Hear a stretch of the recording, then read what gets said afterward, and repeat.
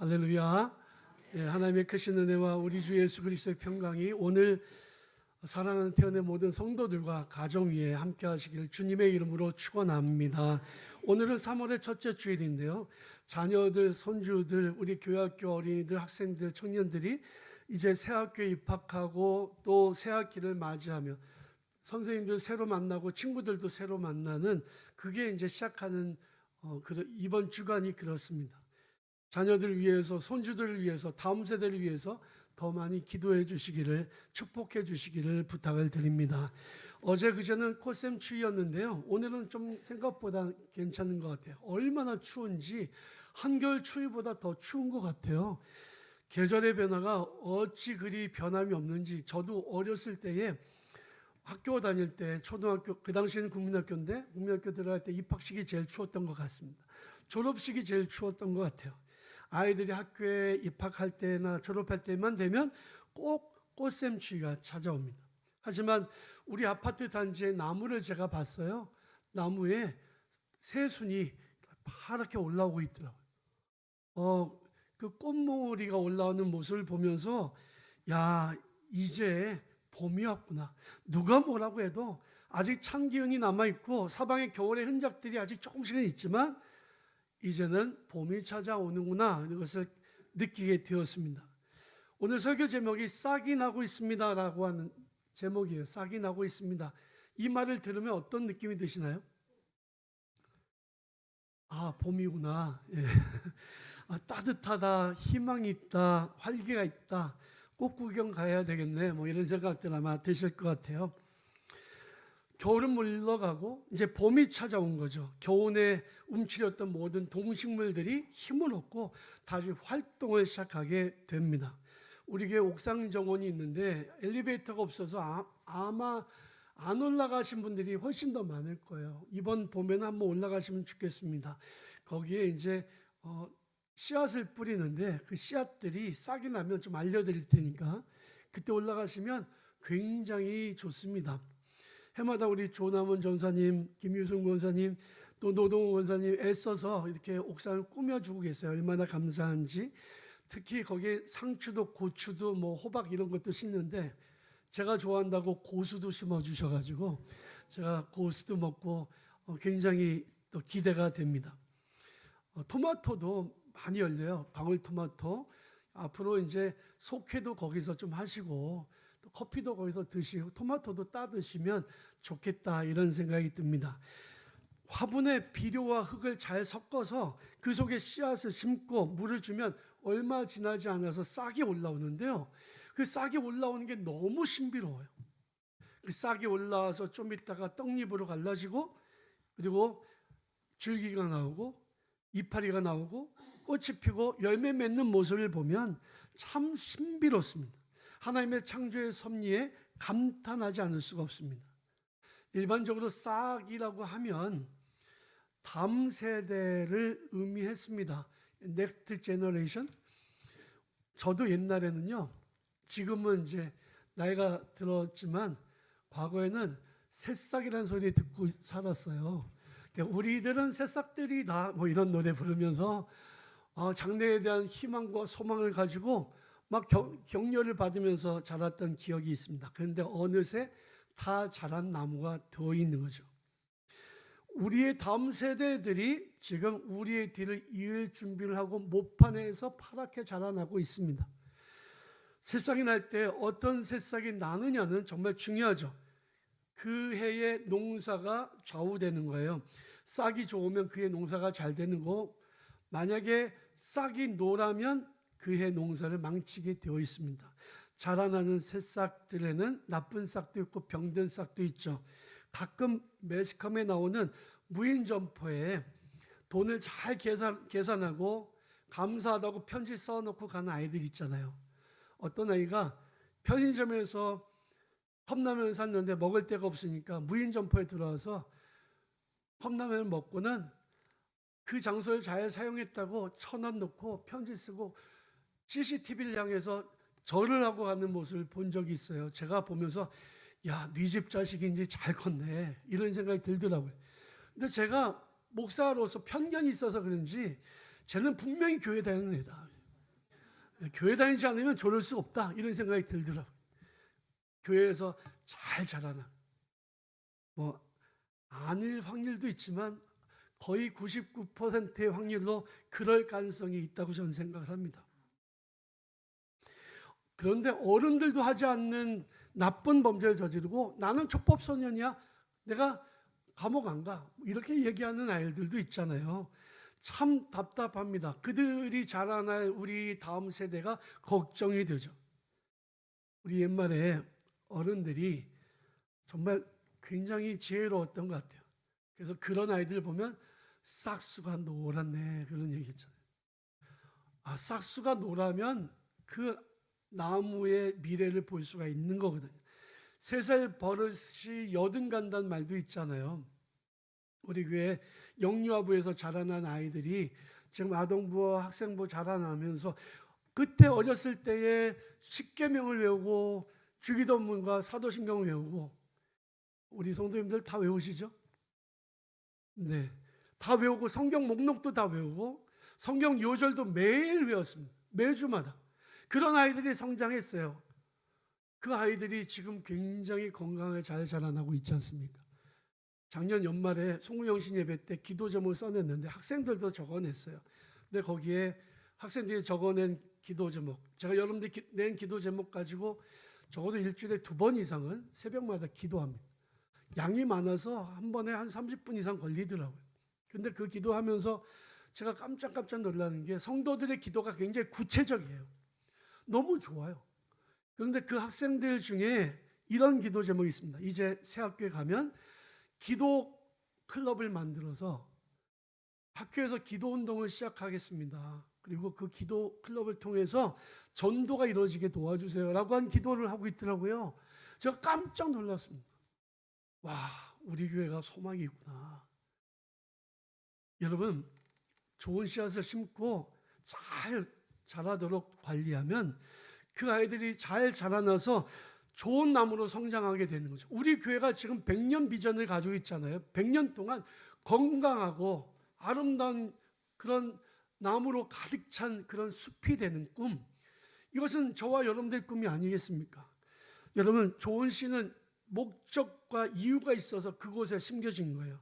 심지도 않았는데 이유 없이 갑자기 싹이 나지 않습니다.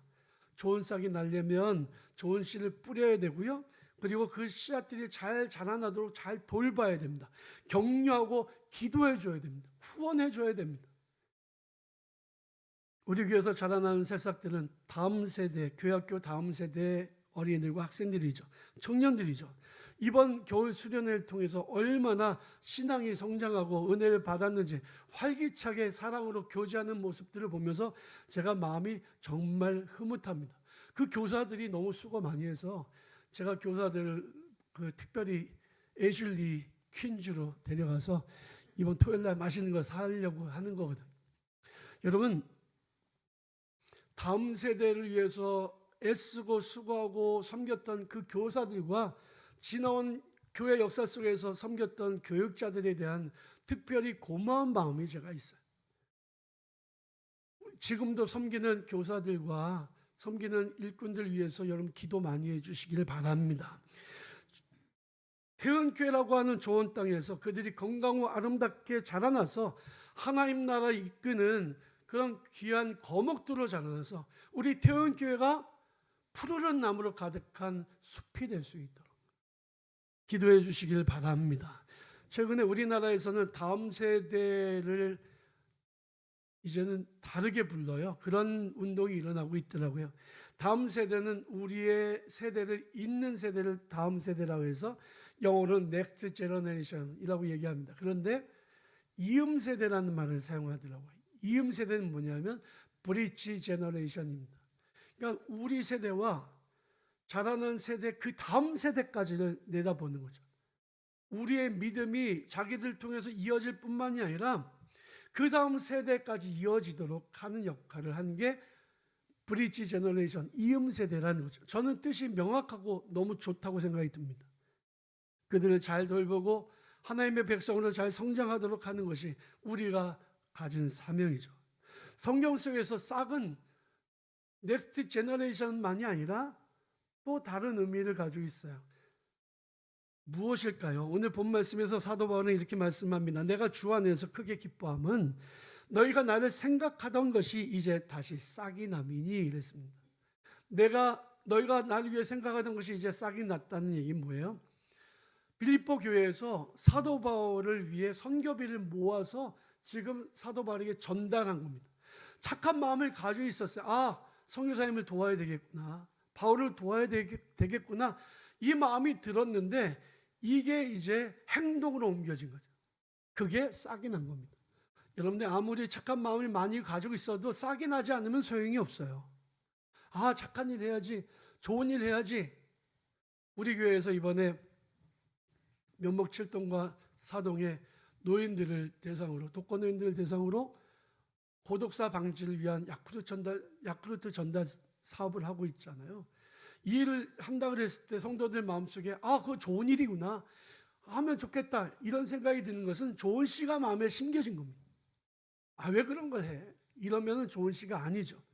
좋은 씨가 마음에 심겨졌는데 마음에 감동이 됐어. 그래서 아, 내가 얼마라도 내가 헌금해서 함께 해야 되겠구나라고 한 마음이 들어서 헌금을 했다면 그게 좋은 씨앗이 좋은 싹이 된 겁니다. 사도 바울은 빌립보 교회 성도들 통해서 선교비를 전달받았습니다. 그래서 이제 너희 마음에 있었던 그 좋은 생각이 이제 싹이 났다라고 이야기를 하고 있는 거죠. 오늘 본 말씀은 사도 바울이 빌립보 교인들에게 특별히 감사하는 인사를 전하는 내용이에요. 바울은 당시 알려진 그 세계를 4번이나 선교 여행을 떠났던 사람입니다. 가는 곳마다 교회를 세우고 복음을 전했습니다. 1, 2년 머물다가 또 다른 지역으로 복음을 들고 떠나는 일을 했던 분이에요. 사람이 느끼는 기본적인 욕구 중에서요, 가장 중요한 욕구가 무엇이 있을까요? 저는 아마도 안정을 추구하는 욕구다라고 생각합니다. 가진 게 많아도, 권력이 많아도 불안하면 잠을 못 자요. 밤에 잠을 잘 만큼, 편안히 잘 만큼 안정돼야죠. 그게 축복이죠. 사도 바울도 그런 마음이 있지 않았을까요? 서 있으면 앉고 싶고, 앉으면 눕고 싶고, 누우면 자고 싶은 게 인간입니다. 바울도 복음을 전한 곳에서 교회가 세워지고 예배 처소도 확보되고 성도들이 많아지고 헌금도 많아졌을 때 그곳에 머물고 싶은 마음이 왜 없었겠냐 말입니다. 그러나 사도 바울은 그러지 않았습니다. 당시에 모든 유대인 회당에서 그랬던 것처럼 바울도 자기 교회로부터 안정적인 그런 생활비를 공급받을 수도 있었을 것입니다. 하지만 그는 교회가 안정되면 곧바로 좋은 목회자를 세우고 자기는 다른 선교지로 떠났습니다. 사도 바울은 그것이 자기의 사명이라고 인식하고 있었습니다. 내가 달려갈 길과 주 예수께 받은 사명, 곧 하나님의 은혜의 복음을 증언하는 일을 마치려 하면은 나의 생명조차 조금도 귀한 것으로 여기지 아니하노라. 바울이 새로운 선교지로 떠나려면 언제나 많은 재정이 필요했습니다. 바울이 먹고 자고 쓰고 하는 모든 일에는 당연히 돈이 들어갔죠. 결코 적지 않은 비용이 들었습니다. 그런데 바울은 그 많은 재정을 스스로 충당했어요. 바울은 바리새인인데 바리새인들은 먹고 살 수 있는 기술 하나씩은 꼭 갖게 했거든요. 바울의 기술은 텐트를 만들어서 그것을 판매하는 사람이었습니다. 텐트 메이커라고 하죠. 요즘에는 텐트 메이커 사역을 하는 분들이 조금씩 늘고 있습니다. 왜냐하면 한국 교회가 이전만큼 선교비를 보내지를 않아요. 그러니까 선교사님들이 다른 일들을 선교 현지에서 하는 겁니다. 우리 교회에 후원하는 장선선 선교사님이 저한테 커피를 배웠습니다. 커피 로스팅도 배웠습니다. 국제 자격증을 많이 따서 갔어요. 부부가. 그리고는 지금 이집트 카이로에 지금 커피 머신과 그라인더와 로스터기를 갖다 놓고 그곳에서 이 텐트 메이커 사역을 합니다. 텐트 메이커 사역은 중요한 것은 그곳에서 생활할 수 있는 비용과 선교를 위한 비용들이 나올 수도 있고 또 안 믿는 사람들을 만날 수 있는 좋은 접촉점이 그곳에서 만들어진다는 장점이 있는 거죠. 우리 교회는 해마다 2,700만 원 정도를 선교비로 책정해서 선교사님들에게 보내고 있습니다. 이 선교비는 여러분들이 선교 헌금을 드린 것을 모아서 그것을 보내는 거예요. 한 달에 한 번 또는 일주일에 한 번씩 선교 헌금을 보낸 헌금을 모으고 모아서 선교지로 보냅니다. 이번에 보낸 성탄절 특별 선교 헌금을 포함하면 이번에 성탄 헌금이 700만 원쯤 나왔는데 7명의 선교사님에게 100만 원씩 보내드렸거든요.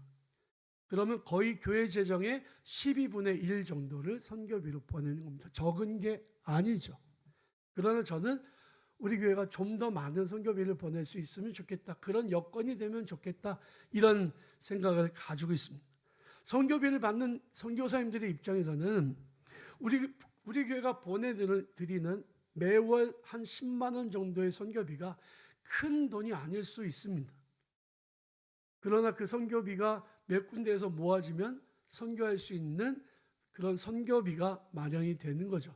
자녀 교육도 해야 되고 또 보건비로 사용되기도 하고 생활비로 사용되기도 하고 그리고 선교하러 갈 때의 교통비로 사용되기도 하고 그 선교지에 있는 교인들을 돕고 교회들을 돕는 일을 위해서 사용되게 됩니다.